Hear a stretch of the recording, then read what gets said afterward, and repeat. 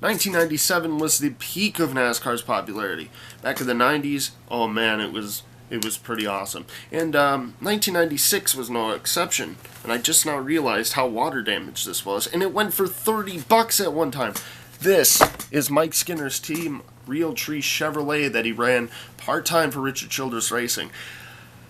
This is actually a short printed car, or it's not a promo, but it was made a lot less than any other car in the Racing Champions line that year. Yeah, look how water damaged this is. This was actually one of my original cars too.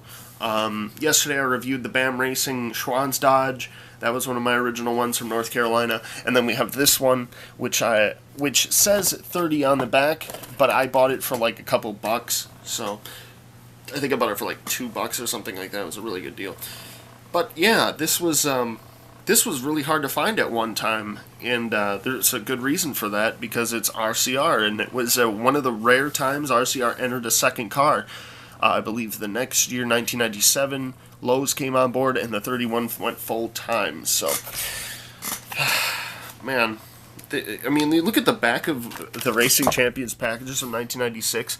You could see all the different kinds of teams that were signed through there. You got Stevie Reeves in there. You got all these different teams, and it's just so cool.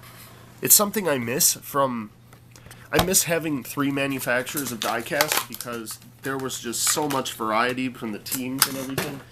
Like, you get underfunded teams and all that, part-time teams. It was freaking great. Well, let's take a look at the base. Oh, geez. And the card. You see RCR, no Winston Cup logo on there. Look on the back there. Pretty basic card from 90s Racing Champions.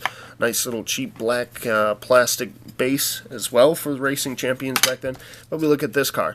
I had one taken out of the packaging, and it was because the paint was starting to chip on there. That was the one negative thing about Racing Champions back in the 90s, and the 2000s too.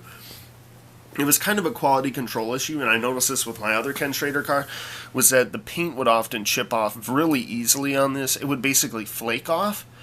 As you get older, it's getting worse.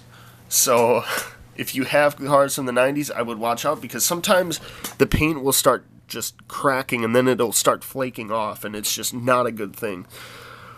The camouflage on this car, to put it bluntly, it looks like shit. Wow. Yeah, Realtree camouflage. 31. We got All-American race car. That's pretty neat.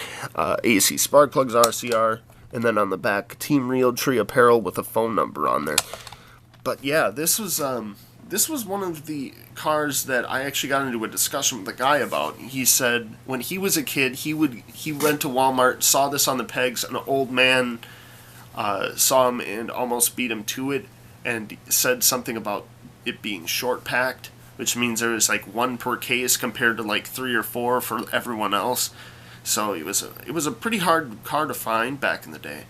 So yeah, that's the Mike Skinner Realtree camouflage Chevrolet for RCR. If you enjoyed what you saw today, you can comment, like, and subscribe for more, and I will see you later.